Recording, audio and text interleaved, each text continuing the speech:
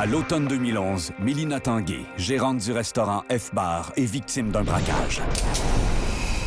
Les bandits n'en sont pas à leur première attaque dans les bars et réussissent à chaque fois à déjouer la police. La méfiance et la peur s'installent dans les quartiers branchés de Montréal.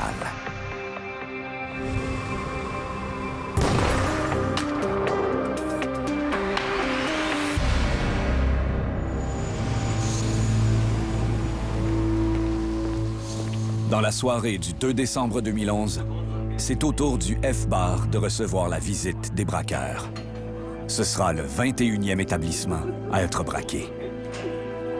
Quelques minutes après minuit, on venait de terminer une soirée, un chiffre complet. Puis là, j'avais des cuisiniers qui venaient juste de quitter, une masse de personnes qui sont sorties du restaurant en même temps. Il restait quelques clients seulement, puis un staff avec moi. Question de terminer la soirée. Moi, en tant que responsable, la seule tâche qui me restait à faire, c'était mettre la clé dans la porte en attendant que les clients terminent de payer. Donc, j'étais assise au bar, face à la porte. Et finalement, comme je regardais à la porte, je me suis retournée. Puis là, ils sont rentrés tout d'un coup, toutes camouflées, 2 personnes. Ils ont des chandails foncés. Puis en plus, ils ont un bandana qui cache le visage. Donc la seule chose qu'on voit, c'est les yeux. All right, tout le monde, on ferme sa gueule, c'est un hold-up. Et on écoute.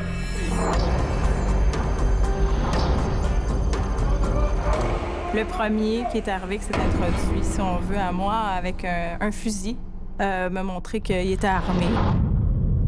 J'étais sans mots. Et le deuxième, on pouvait pas savoir s'il est armé ou pas.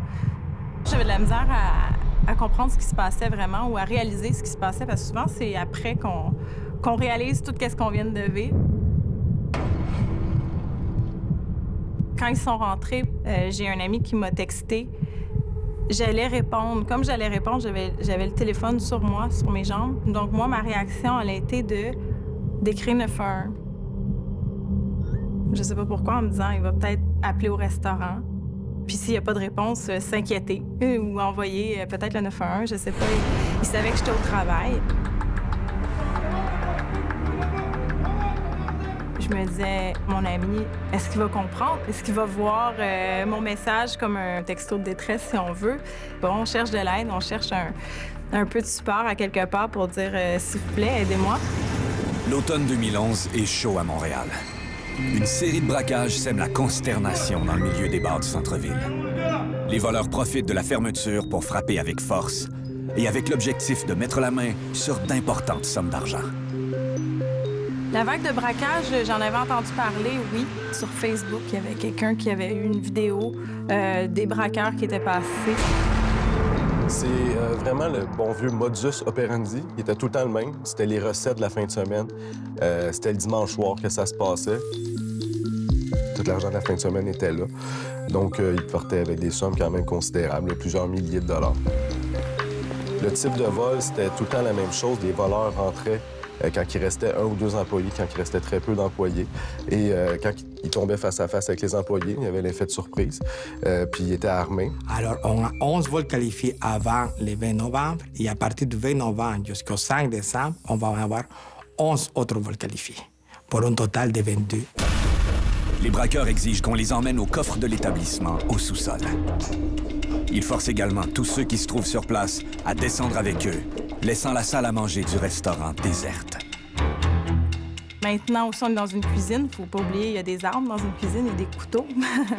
Donc ça a été un petit peu leur crainte au départ. Donc, ils nous ont vraiment mis sur chacun des côtés des murs pour être sûr qu'ils nous aient à l'œil, pour être sûr qu'on n'ait aucune tentative de soit trouver un couteau de chef ou quoi que ce soit. Le message envoyé précédemment par Mélina ne donne rien. Elle cherche donc un autre moyen pour alerter le 911 sur son téléphone cellulaire, sans se faire voir.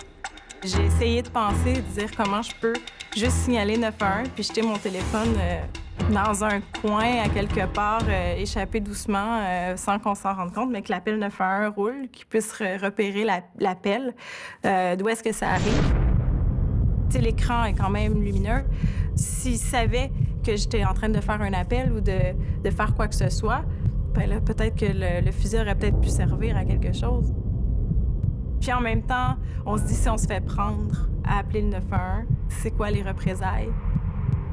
J'ai un petit peu paniqué à ce moment-là de dire comment je peux faire pour lancer un appel, mais sans se faire prendre.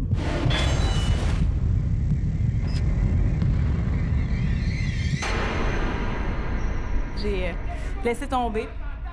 Puis là, la première chose qu'ils nous ont demandé, c'est d'étaler tous nos cellulaires sur le comptoir.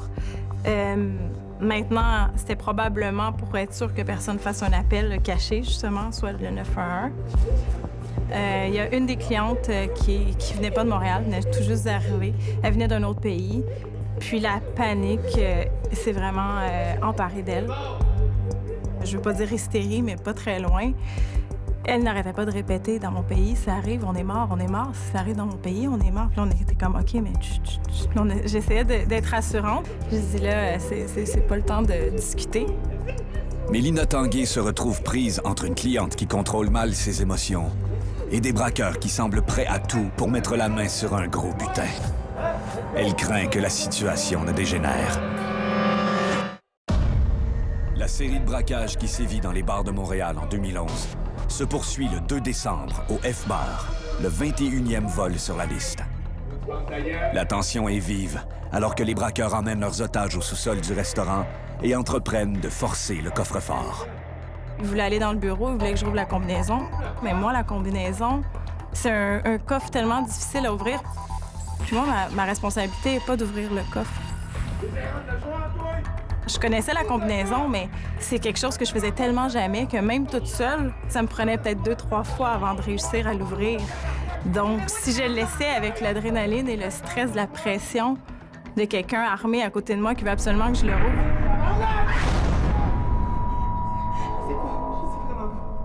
j'ai paniqué un peu. J'ai répondu que j'avais aucune idée comment l'ouvrir, que c'était pas ma responsabilité.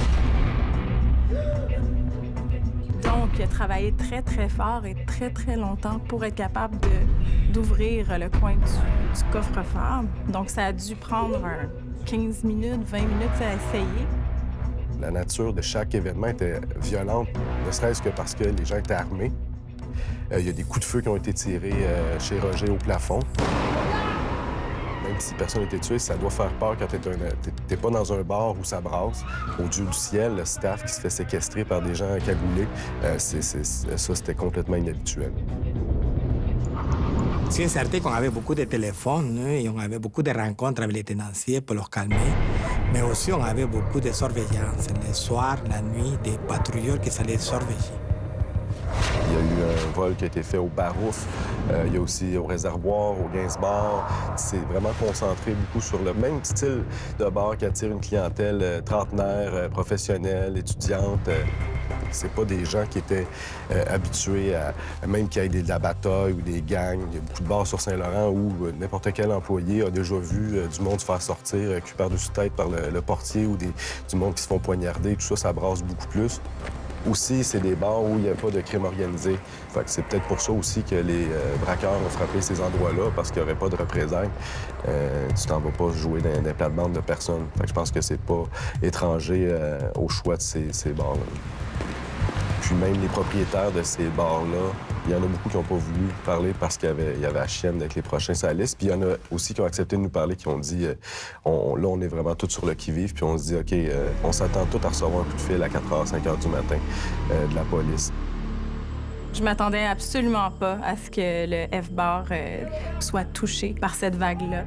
Comme c'est un restaurant, pour moi, je me disais, je cherche juste du gros argent parce que, tu sais, nous, les gens payent avec carte de crédit.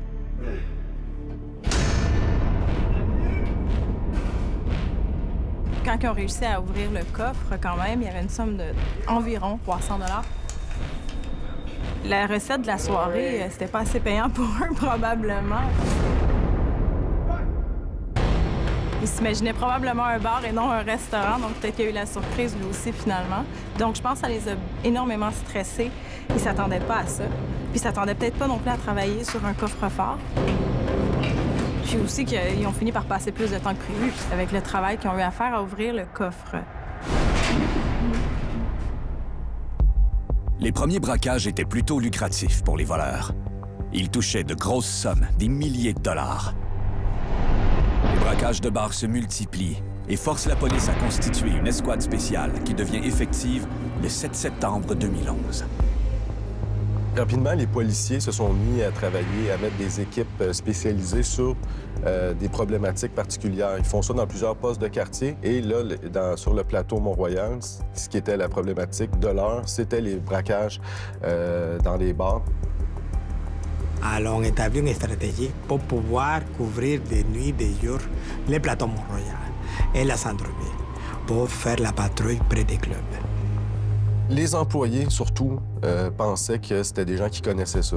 Ils savaient était où le coffre-fort, ils connaissaient l'intérieur du bar. Mais maintenant, est-ce que c'était des livreurs de bière? J'ai entendu ça comme théorie. Des gens qui sont habitués de rentrer et sortir des établissements, qui voient un peu le sous-sol, le coffre-fort, tous ces endroits-là. Est-ce que c'était ça? Est-ce que c'est un ancien employé mécontent qui s'est dit, je vais les faire chier?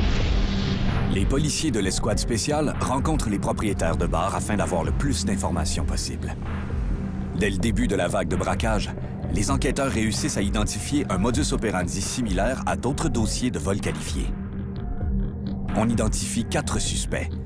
2 sont en prison. La description physique du 3e ne correspond pas au témoignage. Il n'en reste qu'un sur la liste. Reynald Leblanc.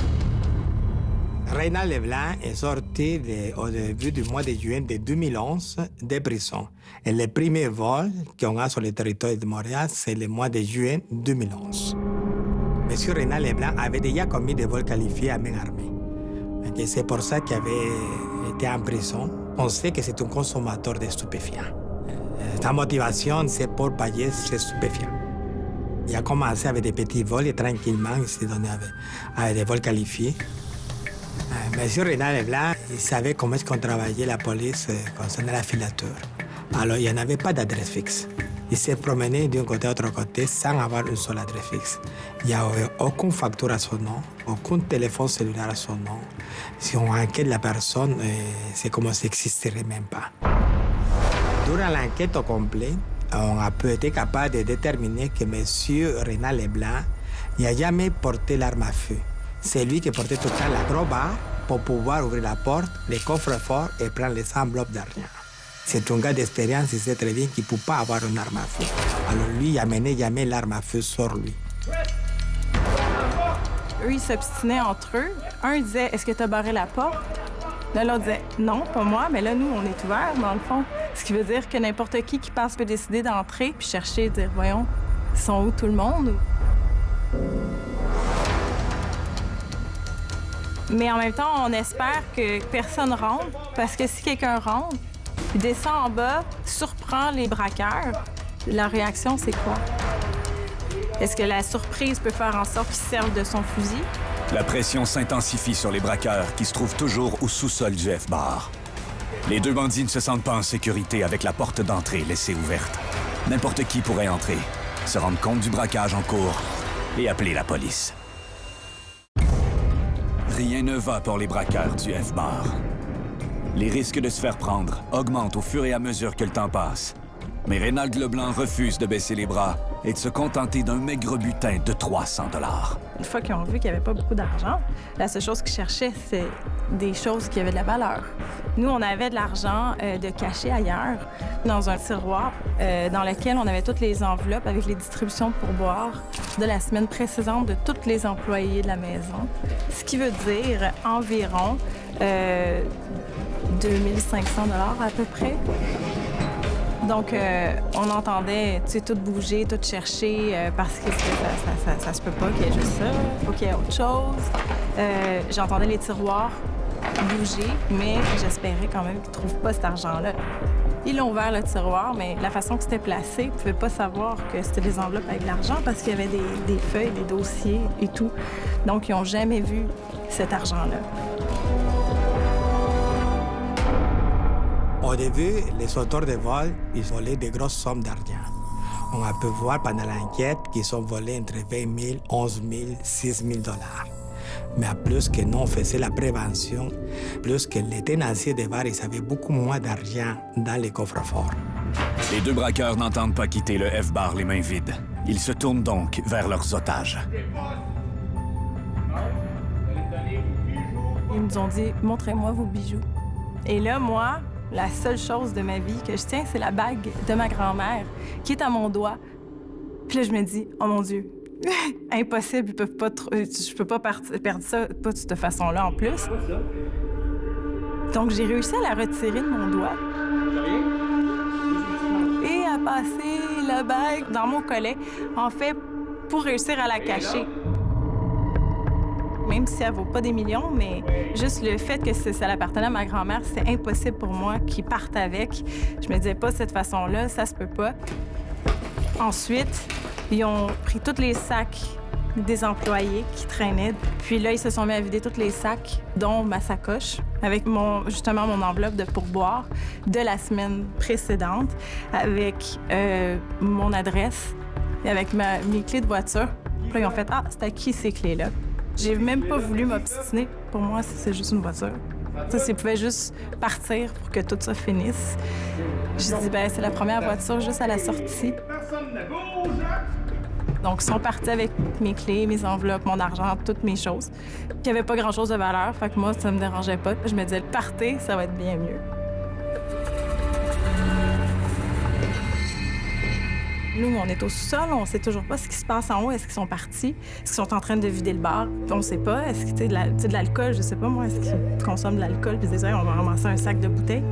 Puis là, j'ai toujours la cliente en hystérie. Puis elle arrête pas de pleurer. Là, elle est en panique parce qu'elle se dit, s'ils redescendent, on est mort. Elle veut même pas que je bouge.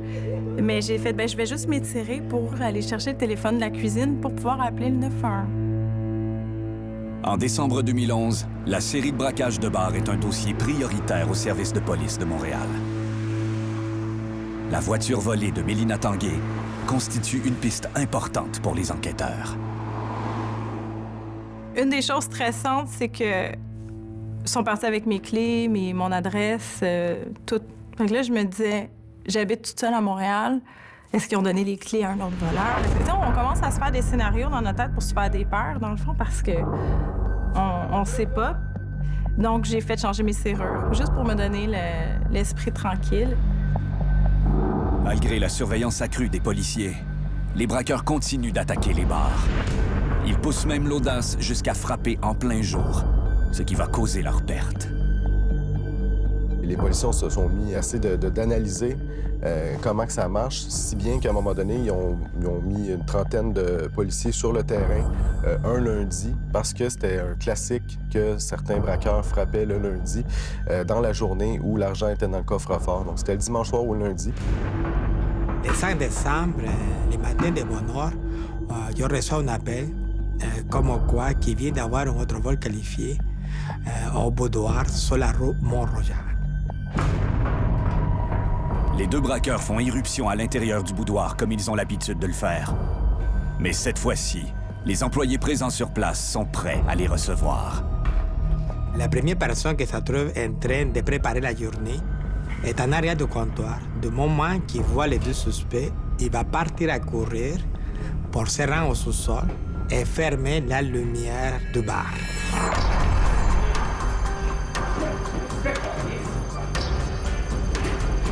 La deuxième personne, le copropriétaire, lui, va composer le 911 et va rester enfermé à son bureau jusqu'à ce que l'arrivée des policiers. Mais avant de quitter, les suspects, ils ont fait des caisses enregistreuses.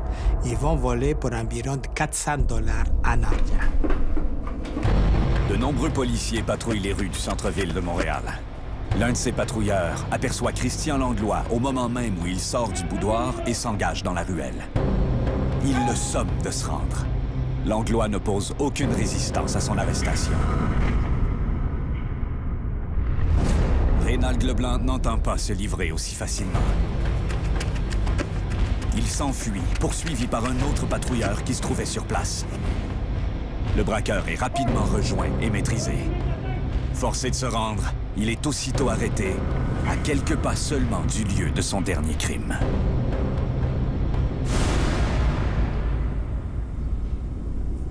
On a trouvé dans son backsack un chapeau d'aviateur de couleur gris foncé qu'il avait porté lors du vol qualifié qui avait été commis au F-Bar.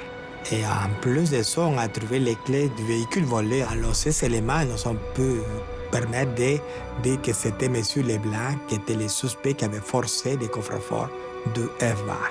La voiture de Mélina Tanguay, volée 3 jours plus tôt, est également retrouvée à 2 rues du boudoir. L'étau se resserre autour de Reynald Leblanc et son complice. Les policiers procèdent à une séance photo d'identification. Les suspects Langlois et Leblanc sont rapidement identifiés par différents témoins. J'ai couvert beaucoup d'histoires de ce genre-là, beaucoup de faits divers. Pour la presse, justement, j'en ai fait énormément. Ça fait 10 ans que je suis à la presse, puis j'avais jamais vu une série de braquages dans des bars de cette ampleur-là. On ne sait jamais comment on va réagir quand il y a une situation. Il faut vraiment que ça arrive. C'est que ce soit, on se projette souvent dans le futur en disant « Ah, si ça m'était arrivé à moi, j'aurais réagi de telle façon. » Mais enfin, on le sait pas. Puis la seule façon de le savoir, mais malheureusement, c'est de les vivre. Pour ce qui est de la fermeture, nous, on attendait toujours que le dernier client quitte. Souvent, des fois, s'il reste une table, on va aller verrouiller quand même. Puis au pire, on réouvre pour le client qui va sortir. On ferme jamais le restaurant seul. On est toujours 2, des fois 3 même. T'sais, on n'est jamais seul pour avoir cette charge-là. Donc, je pense que c'est déjà assez comme précaution. Faut pas vivre dans la peur non plus parce que sinon, on arrête de vivre. Les accusés plaident coupables. Christian Langlois est condamné à 4 ans de prison. Reynald Leblanc est reconnu coupable et attend les représentations sur sentence. Récidiviste notoire, il sera vraisemblablement condamné à une lourde peine de prison. Il y en a 2 sur la même. Mon père, il a toujours attrapé. Un lynx. Jeune, il faisait du lasso, là, il attrapait des petits de patentes. Il n'y a pas ça. Elle n'a pas ça! Dundee, trappeur urbain, vendredi 19h30. Sur Historia.